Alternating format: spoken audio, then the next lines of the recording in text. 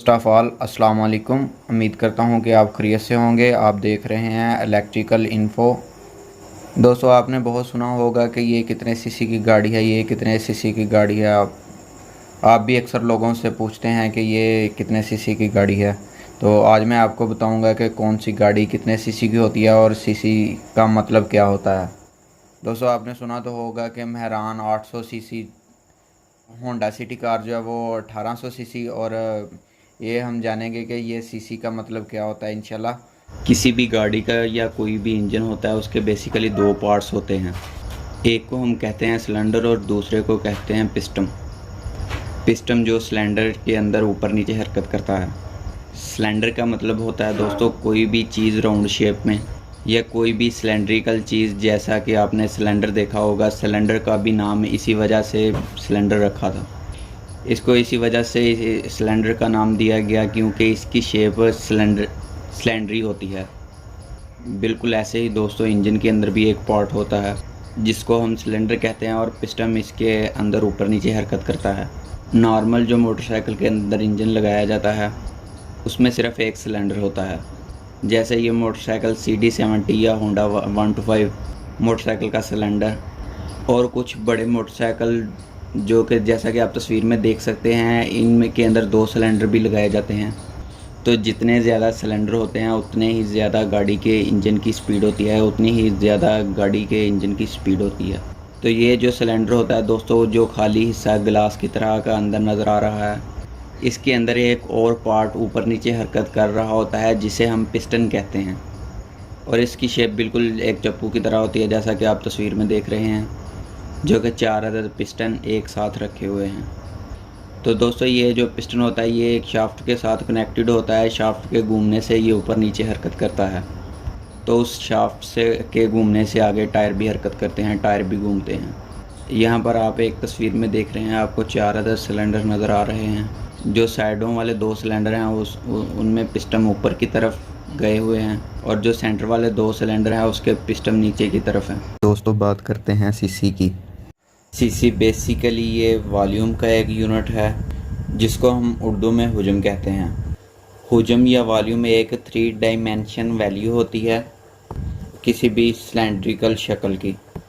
तो इसका फार्मूला होता है लंबाई ज़रब चौड़ाई ज़रब ऊंचाई, यानी length into width into height. जैसा कि आपके सामने ये एक क्यूबिक ब्लॉक रखा हुआ है, और बिल्कुल इसी तरह किसी सिलेंड्रिकल शेप का हुजम निकाला जाता है, और इसका जो यूनिट होता है वो क्यूब में आता है।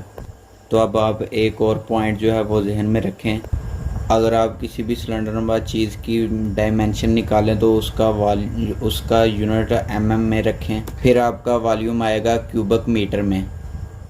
और इसी तरह अगर आप इसका मीटर में रखते हैं तो फिर क्यूबिक मीटर में इसका आंसर आएगा।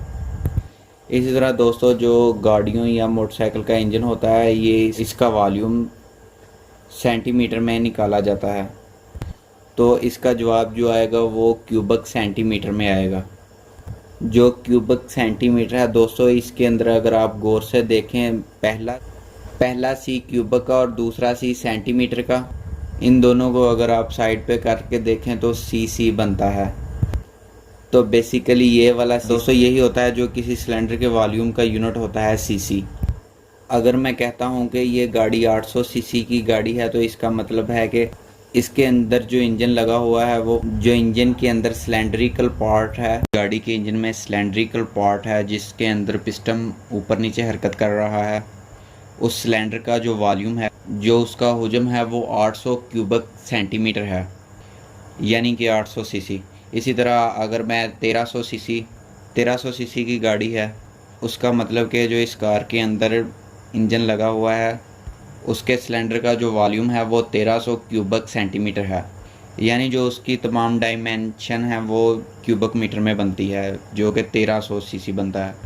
बिल्कुल दोस्तों इसी तरह मोटरसाइकिल के अंदर भी जब हम कहते हैं कि ये मोटरसाइकिल CD70, जो इसके अंदर 70 है, वो 70 जो होता है वो सीसी होता है, और जो CD होता है वो कैश डिपॉजिट। होंडा वालों की एक कंपनी है,